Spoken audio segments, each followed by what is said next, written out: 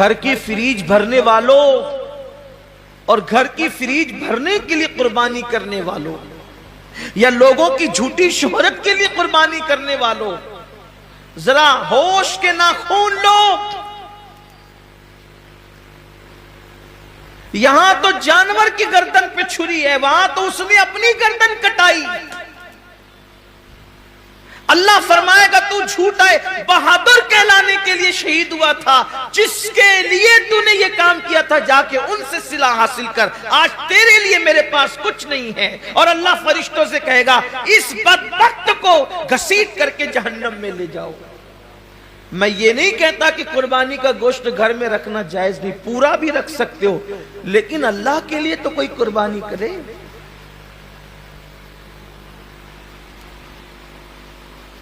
قربانی کا جانور آنے کے بعد خود ہی سے بتاتے پھرتے ہو کہ اتنے کا لائے اور اتنے کا لائے، پوچھا کس نے تھا اتنے کا لائے ہو؟ اور کتنے کا بھی لائے ہو اس کو پسند آ جائے تو کامیاب ہے، ورنہ اور گوشت کی سوا کیا ہے۔ قربانی جسے کہا جاتا ہے یہ حضرت ابو الانبیاء سیدنا ابراہیم علیہ السلام کی سنت ہے۔ ویسے تو جب سے اللہ تعالیٰ نے حضرت انسان کو پیدا کیا ہے اسی دن سے قربانی کا سلسلہ ہے، اور یہ جو قربانی ہے گویا کہ یہ بندوں کا امتحان ہے، اللہ کی طرف سے بندوں کا امتحان ہے کہ بندہ جان، مال اور اولاد میں ان سے زیادہ پیار کرتا ہے یا مجھ سے زیادہ پیار کرتا ہے۔ یہ امتحان ہے اللہ کی طرف سے، آزمائش ہے۔ قربانی کے متعلق سوال ہوا جب اللہ کے رسول صلی اللہ علیہ وآلہ وسلم سے کہ یا رسول اللہ صلی اللہ علیہ وآلہ وسلم یہ قربانی کیا ہے؟ تو آقا کریم رؤوف الرحیم صلی اللہ علیہ وآلہ وسلم نے ارشاد فرمایا کہ یہ تمہارے باپ ابراہیم علیہ السلام کی سنت ہے، اور اس میں ہر بال کے بدلے میں اللہ تبارک و تعالیٰ تمہیں نیکی عطا فرماتا ہے، اور جب پہلا قطرہ خون کا زمین پہ گرتا ہے تو اللہ قربانی کرنے والے کے گناہوں کو معاف فرما دیتا ہے۔ یہ آپ سنتے ہیں، بار بار سنتے ہی رہتے ہیں، لیکن جو آیہ کریمہ قربانی کے موقع پہ پڑھی جاتی ہے، جو آیہ کریمہ قربانی کے موقع پڑھی جاتی ہے، اللہ اپنے حبیب سے فرماتے ہیں قل ان صلاتی ونسکی ومحیای ومماتی للہ رب العالمین۔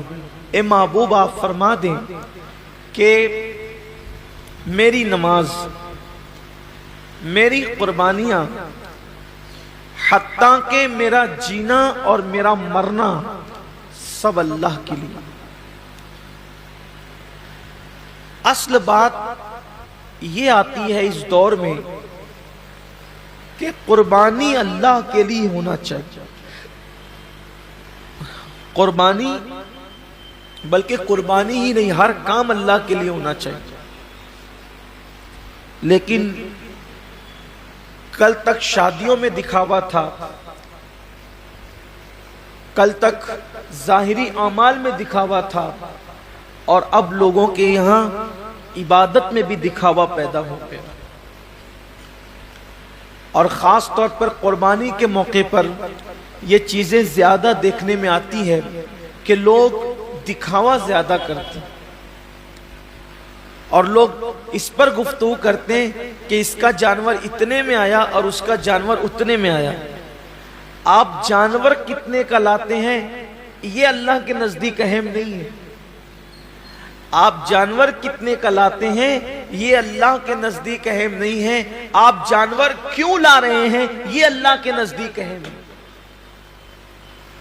اس لیے کہ حدیث پاک میں آتا ہے کہ قیامت کے دن جب انسان کے اعمال کا دفاتر لے کر فرشتے اللہ کی بارگاہ میں پہنچیں گے تو ان کی نیکیاں بہت ساری ہوگی، اور فرشتے پیش کریں گے اللہ یہ کتنی نیکیاں لے کر کے آیا ہے؟ اللہ فرمائے گا فرشتوں تم نے صرف نیکی لکھی ہے کہ اس نے نیکی کی ہے، تمہاری نظر نیکی پر ہے، میری نظر نیکی کیوں کی ہے اس پر ہے۔ کیونکہ وہ علیم بذات الصدور ہے، وہ علیم و خبیر ہے۔ اللہ فرماتے ہیں کہ اس نے کیا کیوں ہے، اس پر میری نظر ہے۔ اے میرے فرشتوں، اس نے نیکی تو کی ہے مگر میرے لیے نہیں کی ہے، اس لیے اسے گھسیٹتے ہوئے جہنم کے اندر لے جاؤ۔ انسان کتنا لگا رہا ہے یہ قیمتی نہیں ہے، کیوں لگا رہا ہے؟ للہ رب العالمین، اللہ کے لیے ہونا چاہیے۔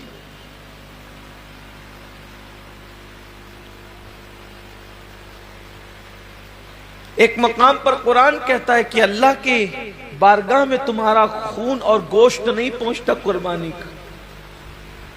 سورہ حج میں اللہ کا ارشاد ہے کہ تمہارا گوشت اور خون اللہ تک نہیں پہنچتا، اللہ تک تو تمہاری دلوں کی نیتیں پہنچتی، تمہارے دلوں کا تقوی پہنچتا ہے۔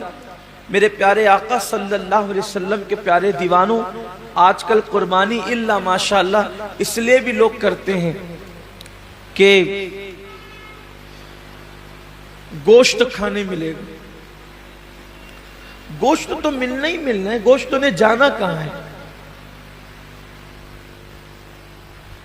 گوشت جائے گا کہاں؟ گوشت تو کھانے، لیکن نیت تو اچھی کرو۔ ہمارے بزرگوں نے فرمایا کہ اعمال سیکھنے سے پہلے اعمال کی نیت سیکھا کرو، اس لیے کہ مومن کی نیت اس کے عمل سے افضل ہے۔ نیت المؤمن خیر من عملہ، مومن کی نیت اس کے عمل سے افضل ہے۔ آپ نے کبھی سوچا کہ ایک کافر 20 سال کفر کر رہا ہے، پھر بھی وہ قیامت تک جہنم میں، 20 سال ہی نہیں بلکہ سال بھر بھی کفر کرے تو بھی جہنم میں، 6 مہینہ بھی کافر رہے تو بھی جہنم، اسی حالت پہ مرا تو جہنم میں، ایک دن بھی کفر کیا اور وہ کفر پہ مرا تو جہنم میں کیوں ہے؟ اور مومن ایک دن مومن ہے اور ایمان پہ خاتمہ ہوا تو جنت میں کیوں ہے؟ عمل کی وجہ سے نہیں بلکہ نیت کی وجہ سے۔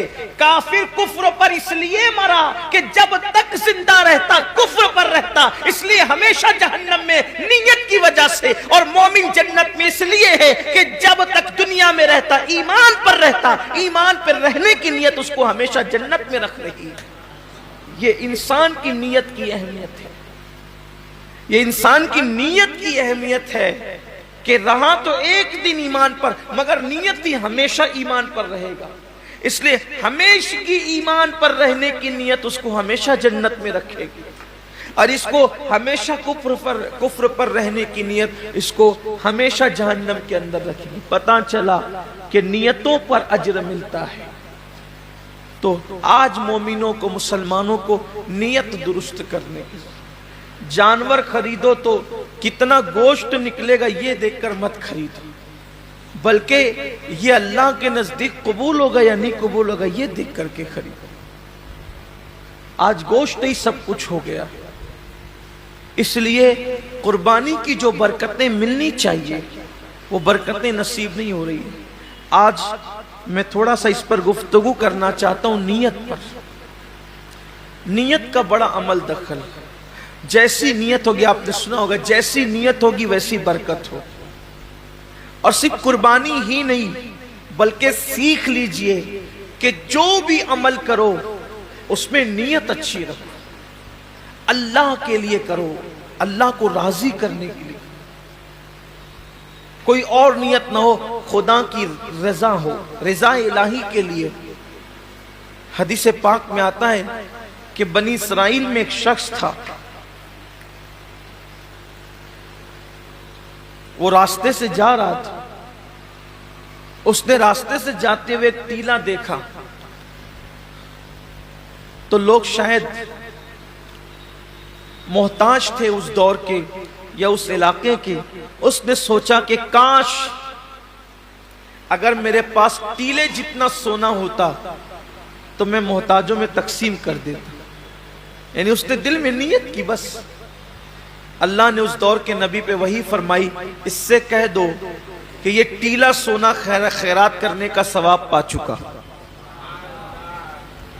یہ ٹیلا سونا خیرات کرنے کا ثواب پا چکا۔ کیوں؟ اس نے نیت کی ہے۔ اور اگر بندہ سوچے کہ اگر میرے جیب میں پیسے ہوتے تو میں شراب پیتا، اور واقعی اگر ہوتے تو وہ پی لیتا، نیت کی اس نے، تو شراب پیے بغیر اب اس کو شراب پینے کا گناہ لکھ دیا جائے، اس لیے کہ وہ تو ہے ہی اس عمل کے کرنے کا مکمل طور پر اس نے عازم ہے، وہ اس نے عزم کیا ہے، لیکن چونکہ اس کی مجبوری ہے کہ اس کے پاس پیسے نہیں ہیں، اس کے پاس اسباب نہیں ہیں، یعنی کسی عورت کو دیکھے اور چند لوگ وہاں پر موجود اور انسان دل میں سوچے کہ اگر یہ مجمع نہ ہوتا، یہ بھیڑ نہیں ہوتی، یہ رکاوٹ نہیں ہوتی تو میں اس کے ساتھ بدکاری کرتا، فرمایا گیا اس کا شمار زانیوں میں ہوگا، اس لیے کہ اس نے مکمل عزم کیا ہے، اگر وہ رکاوٹ نہ ہو تو وہ کر گزرتا۔ تو وہاں نیت پر نیکی بھی مل رہی ہے اور نیت پر گناہ بھی مل رہا ہے، یعنی نیت سے مراد عزم گناہ پر گناہ بھی مل رہا ہے۔ میرے آقا صلی اللہ علیہ وسلم کے دیوانوں، تو اللہ کے لیے بہت ساری عبادتیں انسان اللہ کے لیے نہیں کرتا، دکھاوے کے لیے کرتا ہے یا کسی اور نیت سے کرتا ہے، تو نیکی کر کے بھی وہ نیک نہیں ہوتا، بلکہ وہ اپنے ذوق میں اپنی فکر میں نیکی کر رہا ہوتا ہے، لیکن اس کا شمار گناہ کرنے والوں میں ہوتا ہے۔ جیسا کہ ایک حدیث پاک ہے، اس کے راوی حضرت سیدنا ابو ہریرہ رضی اللہ تعالیٰ عنہ ہے۔ جب حضرت ابو ہریرہ رضی اللہ تعالیٰ عنہ تشریف لے گئے ملک شام، تو ملک شام پہنچنے پر لوگوں نے آپ سے عرض کی کہ اے صحابی رسول، اے اللہ کے رسول صلی اللہ علیہ وآلہ وسلم کے صحابی، آپ نے آقا کریم صلی اللہ علیہ وآلہ وسلم کی زیارت کی ہے، آپ ایک کام کریں کہ آپ ہمیں اللہ کے رسول علیہ السلام کی کوئی ایسی حدیث سنائیں جس پر ہم عمل کر کے نجات پائیں۔ اب بہت دھیان سے سننا آپ لوگ بھی، کہ سننے والے بہت طویل بات نہیں سن رہے تھے، بلکہ کوئی مختصر اور بہت جامع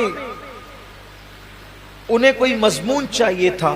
یوں تو میرے آقا علیہ السلام کی ہر بات ہی جامع ہے، حضور نے جہاں جو بات کہی ہے اس بات کا کوئی جواب ہی نہیں ہے۔ میرے امام فرماتے ہیں، فصحا عرب کے بڑے بڑے تیرے آگے یوں ہے دبے لچے، کوئی جانے منہ میں زباں نہیں بلکہ جسم میں جان نہیں۔ حضور نے جب باتیں کہی ہے تو ان کی باتوں کا کیا کہنا۔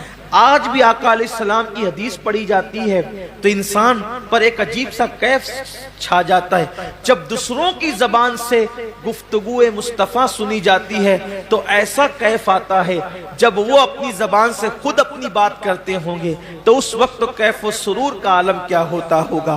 تو آقا کریم صلی اللہ علیہ وآلہ وسلم کے صحابی حضرت ابو ہریرہ رضی اللہ تعالیٰ عنہ سے اہل شام نے کہا، اے ابو ہریرہ، آپ آقا کریم صلی اللہ علیہ وآلہ وسلم کی کوئی ہمیں ایسی حدیث سنائیں کہ جس پہ عمل کر کے ہم نجات پائیں۔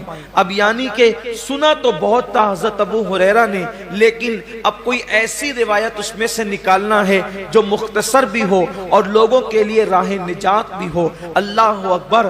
سیدنا ابو ہریرہ گویا کہ اپنے حافظے پر جو ہے وہ زور دینے لگے کہ میرے پاس جو ذخیرہ حدیث کا میرے حافظے کے اندر ہے ان میں سے کوئی ایک ان کو سنانا ہے۔ لیکن روایتوں میں آتا ہے، راوی بیان کرتے ہیں کہ جیسے ہی حضرت سیدنا ابو ہریرہ رضی اللہ تعالیٰ عنہ کو وہ حدیث یاد آئی، وہ جس کو بیان کرنا چاہتے تھے، حضرت ابو ہریرہ صرف حدیث کا مضمون یاد کر کے بے ہوش ہو کے زمین پہ گر جاتے ہیں۔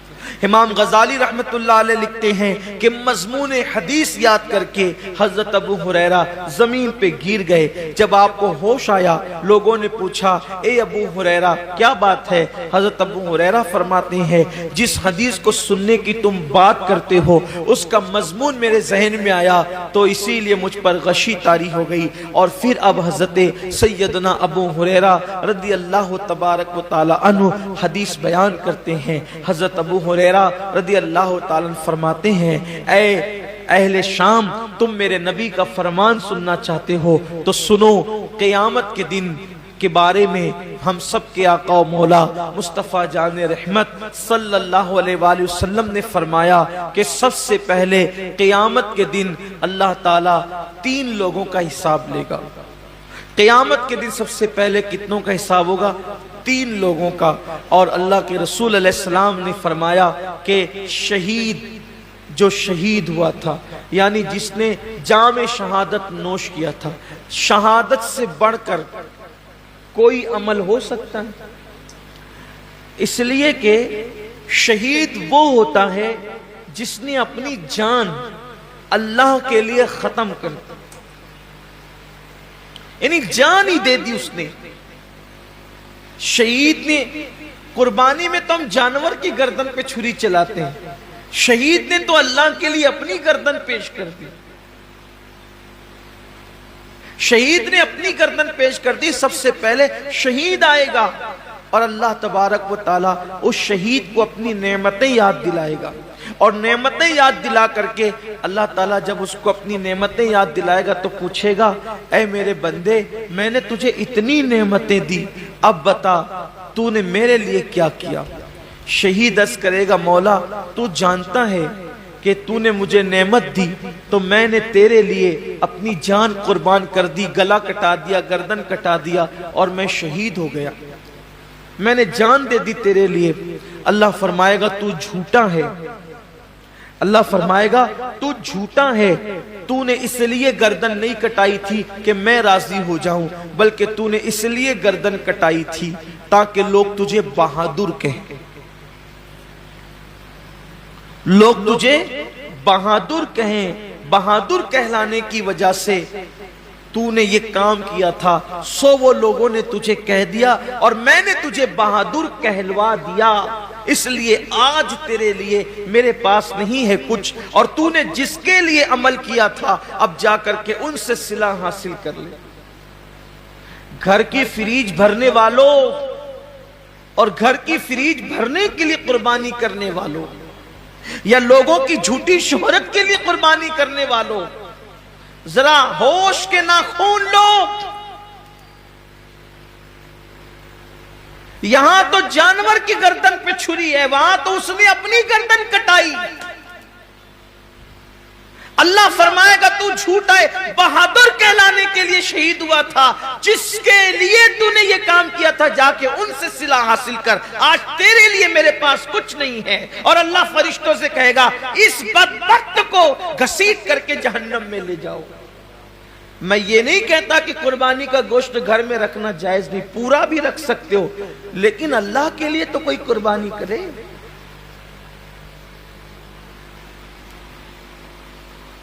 قربانی کا جانور آنے کے بعد خود ہی سے بتاتے پھرتے ہو کہ اتنے کا لائے اور اتنے کا لائے، پوچھا کس نے تھا اتنے کا لائے ہو؟ اور کتنے کا بھی لائے ہو اس کو پسند آ جائے تو کامیاب ہے، ورنہ اور گوشت کی سوا کیا ہے؟ اس کا چرچا مت کرو کہ آپ قربانی کتنے کی کریں، اس لیے کہ کبھی کبھی وہ بہت چھوٹوں کی بھی قبول کر لیتا ہے،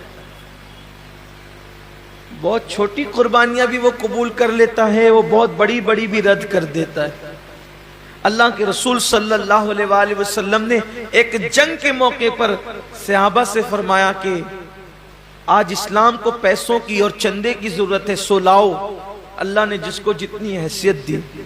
ایک بوڑھی عورت کو پتا چلا کہ اللہ کے رسول نے اسلام کے لیے کچھ طلب فرمایا ہے، تو اس نے ایک یہودی کے گھر جا کر اس سے کہا کہ چند سیر کھجورے مجھے قرض دے دے، میں تجھے لوٹا دوں گی چرخہ کاٹ کے۔ اور جب وہ کھجوریں لے کر کے آئی تو سرکار کے ہاتھوں میں دے دیا. اللہ کے رسول نے فرمایا کہ جتنا یہ ڈھیر لگا ہے نا چندے کا، اس کی 2 کھجوریں سارے ڈھیر پہ رکھ دو. کمیت میں زیادہ نہیں تھی وہ، یعنی کوانٹیٹی میں زیادہ نہیں تھی، بہت مختصر سی کھجوریں تھی، لیکن سب کے صدقے پر، سب کے چندے پر اس کا چندہ ملا کر کے رکھا گیا. پوچھا گیا یا رسول اللہ سب کا ایک ایک جگہ رکھا اور اس کا سب پر پھیلا دیا؟ حضور نے فرمایا اس بڑھیا کا اخلاص اتنا ہے کہ اس کے صدقے میں اللہ نے سب کا قبول کر لیا ہے. بات کوانٹیٹی کی نہیں ہے، کوالٹی کی ہے. بات کوالٹی کی ہے. اگر آپ 70,000 کا جانور بھی خرید کر کے لائیں، نیت اچھی نہیں ہے تو آپ 7,000 والے سے آگے نہیں بڑھ سکتے، اور 7,000 والے کی نیت اچھی ہے تو وہ 70,000 والے سے آگے ضرور بڑھ جائے. نیت بہت اچھی ہونی چاہیے، نیت کے اندر کوالٹی ہونی چاہیے. تو حضرت سیدنا ابو ہریرہ رضی اللہ تعالیٰ عنہ فرماتے ہیں کہ وہ شہید ہوگا، شہادت کے بعد بھی اس کو جہنم میں لے جائے جائے. پھر فرماتے ہیں ایک دوسرا بندہ اللہ کی بارگاہ میں آئے،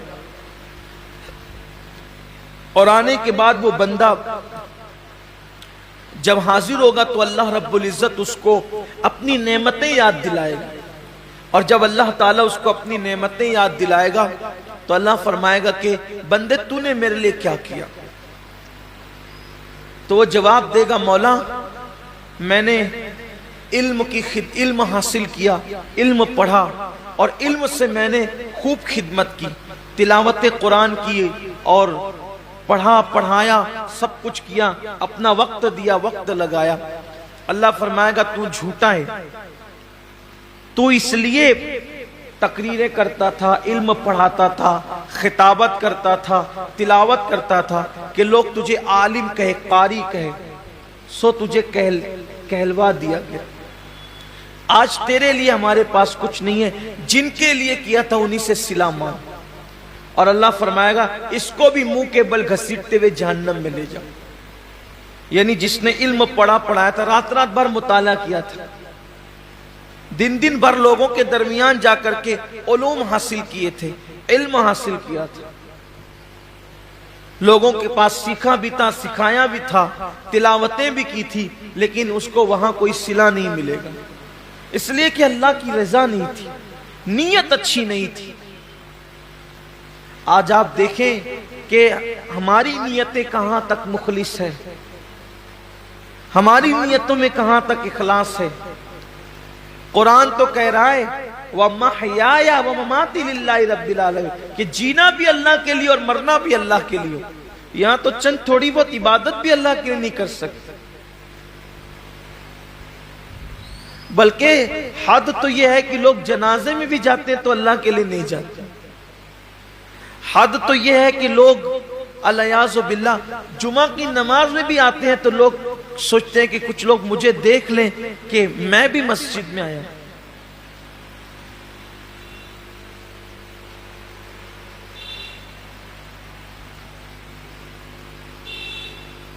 میں بھی عیدگاہ میں آیا ہوں، میں بھی حج کے لیے جا رہا ہوں، میں بھی عمرہ کے لیے جا رہا ہوں، قربانی میں بھی کر رہا ہوں، روزے میں بھی رکھ رہا ہوں، وظیفے میں بھی پڑھ رہا ہوں. سوچو کتنا بڑا سودا، کتنی گھٹیا قیمت پہ لوگ بیچ رہے ہیں. عبادت اللہ کی ہے، صلہ انسان سے لینا ہے. اور انسان کی اوقات کیا ہے کہ انسان کسی انسان کو صلہ دے سکے. اللہ کی عزت کی قسم، ایک مرتبہ لفظ اللہ کہنے کا صلہ پوری کائنات نہیں ہو سکتی. اس کا نام زبان پر آیا، اس کا صلہ کائنات کی تمام نعمت نہیں ہو سکتی. اللہ کی عبادت کا صلہ اللہ کے سوا کوئی نہیں دے سکتا. تو بندوں کو چاہیے کہ بندے جب اللہ کی عبادت کریں تو نیت خالص کریں اور سوچے کہ بس اللہ مجھ سے راضی ہو جائے. اسی لیے تو جنگ تبوک کے اندر جن صحابہ نے شرکت کی، جنگ تبوک کے اندر جو صحابہ شریک ہوئے تھے ان کو جیش الاسرت کہا جاتا ہے، تنگی والے فوجی۔ بلکہ وہ تنگی کا حال یہ تھا جنگ تبوک کے اندر، مورخین نے یہاں تک لکھا ہے کہ ایک ایک کھجور کو 8 مجاہدین استعمال کرتے تھے۔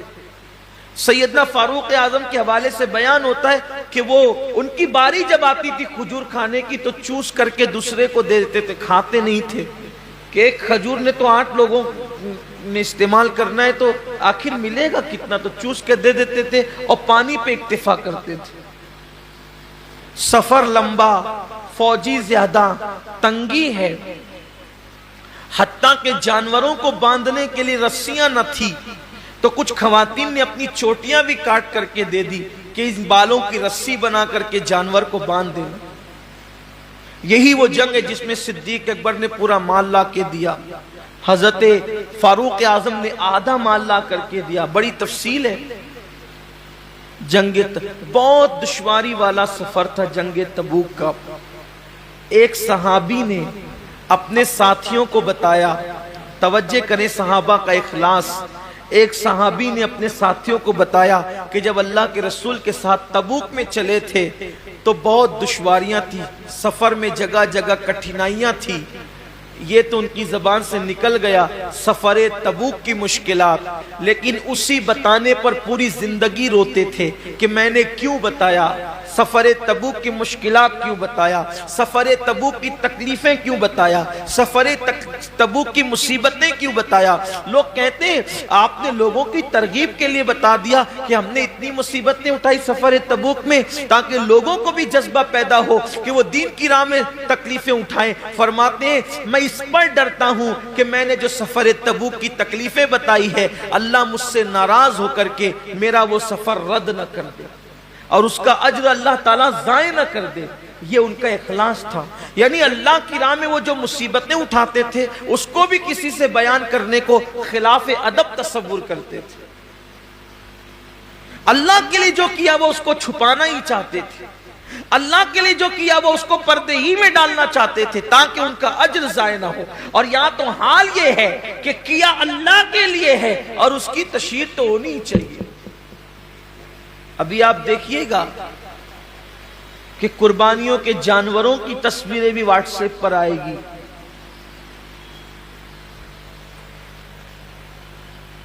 قربانیاں بھی واٹس ایپ پر آئے گی، بچڑوں کا گھمانا پھرانا بھی واٹس ایپ پر آئے گا، بکروں کی تشہیر بھی واٹس ایپ پر آئے گی۔ کیا فکر ہے لوگوں کی، کیا چاہتے ہیں لوگ؟ کیا اللہ کا دیا ہوا صلہ کم ہے جو بندوں سے صلہ چاہتے ہیں؟ کیا اللہ کی دی ہوئی نعمت کم ہے جو بندوں سے صلہ چاہتے ہیں؟ ارے بندہ کیا دے گا صلہ، اور بندہ اگر کسی کو دے بھی تو اپنی اوقات کے مطابق دے گا، اللہ کسی کو صلہ دے تو اپنی شان کے مطابق عطا فرمائے۔ تو جس نے اپنی شان کے مطابق دینا ہے صلہ اس سے لینا ہے، تو لوگوں کو چاہیے کہ وہ اللہ کی رضا کے لیے کریں۔ تو وہ جو علم والا بندہ ہے اللہ فرمائے گا کہ تو نے میرے لیے نہیں کیا بلکہ عالم کہلانے کے لیے کیا، علم والا کہلانے کے لیے کیا، خطیب کہلانے کے لیے کیا، ادیب کہلانے کے لیے کیا، ارشاد ہوگا اس کو بھی منہ کے بل گھسیٹتے ہوئے جہنم میں لے جاؤ۔ حضرت سیدنا ابو ہریرہ فرماتے ہیں تیسرے بندے کو لایا جائے گا، جب وہ تیسرا بندہ آئے گا تو وہ تیسرا بندہ اللہ فرمائے گا میں نے تجھے نعمتیں دی تھی بندے، بتا تو نے کیا کیا، اے بندے تو نے کیا کیا، میں نے تجھے نعمتیں دی تھی۔ وہ عرض کرے گا مولا تو نے جو مجھے دولت دی تھی میں نے خوب لٹایا تیری راہ میں۔ اللہ فرمائے گا تو جھوٹا ہے، تو اس لیے دولت خرچ کرتا تھا، پیسے نکال نکال کر دیتا تھا کہ لوگ تجھے سخی کہیں، سو میں نے تجھے کہلوا دیا، آج تیرے لیے میرے پاس کچھ نہیں۔ جن لوگوں کے لیے تو نے یہ کام کیا تھا جا کے صلہ ان سے لے لے، اور اس کو بھی منہ کے بل گھسیٹتے ہوئے جہنم میں ڈالا جائے۔ یہ حدیث جب بھی پڑھی جاتی تھی سیدنا ابو ہریرہ جب بھی پڑھتے تھے تو اتنا روتے تھے ایسا لگتا تھا جیسے کہیں روتے روتے ان کی جان نہ نکل جائے۔ روتے روتے ان کی روح نہ پرواز ہو جائے. لوگ دعائیں کرتے تھے کہ کاش ابو ہریرہ چپ ہو جائیں کہ پہلے 3 لوگوں کا حساب ہوگا اور تینوں کے پاس کتنے بڑے بڑے اعمال ہوں گے. ایک کے پاس شہادت، دوسرے کے پاس علم، تیسرے کے پاس سخاوت. لیکن اللہ تعالیٰ تینوں کو جہنم میں داخل فرمائے گا صرف اس وجہ سے کہ انہوں نے یہ کام اللہ کے لیے نہیں کیا تھا. آج کتنا اللہ کے لیے ہو رہا ہے دیکھ لیں آپ. حج کو دیکھ لیں، زکوٰۃ کو دیکھ لیں، قربانی کو دیکھ لیں، صدقات کو دیکھ لیں، مسجدیں بنانے کو دیکھ لیں، مدرسے بنانے کو دیکھ لیں. آپ دیکھ لیجئے حضرت سیدنا داتا علی حجوری رحمت اللہ علیہ فرماتے ہیں کہ میں نے اپنی کتاب پر چاہا تھا کہ میں اپنا نام نہ لکھوں، کشف المحجوب پر مصنف میں اپنا نام نہ لکھوں، لیکن پھر سوچا اپنا نام نہیں لکھوں گا تو کتاب غیر معتبر ہو جائے گی، پتہ نہیں کس کی ہے. تو اس ڈر سے لکھ دیا کہ معتبر ہو جائے تاکہ لوگ میری بات مان لیں، ورنہ ڈر لگتا ہے کہ کہیں میری کتاب پر میرا نام لکھنے سے اللہ میرا اجر ضائع نہ کرے. بہت سارے بڑے بڑے ہمارے اسلاف ہیں، بڑے بڑے بزرگ ہیں، انہوں نے خود کتابیں لکھی، اپنا نام نہیں لکھا، اپنے شاگردوں کے نام سے منسوب کر دیا. بلکہ خود اعلیٰ حضرت رضی اللہ تعالیٰ عنہ کے دادا، انہوں نے ان کے متعلق ایک بہت بڑے عالم دین نے مجھے بتایا کہ ایک خطبے کی کتاب انہوں نے خود لکھی، مگر اس کو اپنے نام سے شائع کرانے کی بجائے اپنے شاگرد کے نام سے شائع کرا دیا. یہ اللہ والوں کی شان ہے کہ اپنے اعمال لوگوں کے نام سے شائع ہو جائیں تاکہ ضائع ہونے سے بچ جائے، کیونکہ اللہ تو دیکھ رہا ہے، صلہ تو اللہ نے دینا ہے. لیکن آج حال یہ کہ انسان یہ چاہتا ہے کہ سب کا کہ اعمال ہم اپنے نام کر لیں. اب تو حالت یہ بھی کتابیں خرید کر کے اپنے نام سے چھپائی جا رہی ہے.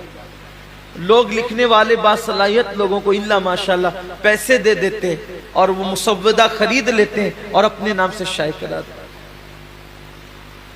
میں کہاں اللہ والوں کی وہ ذات کہ اپنی کتابیں دوسروں کے نام سے شائع کرا دی تاکہ اجر ضائع نہ ہو، اور اب کہاں حالات یہ کہ دوسروں کی کتابیں اپنے نام سے شائع کرا دی، دوسروں کے کلام اپنے نام سے شائع کرا دی.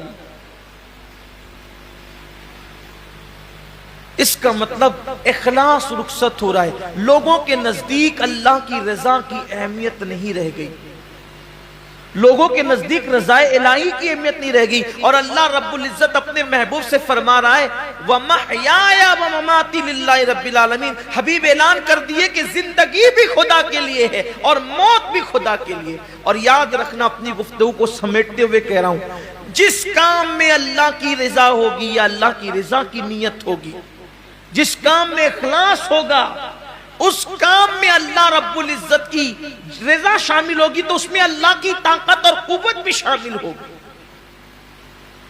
جس کام میں خلوص ہوگا اس کام میں خدا کی طاقت بھی شامل ہوگی.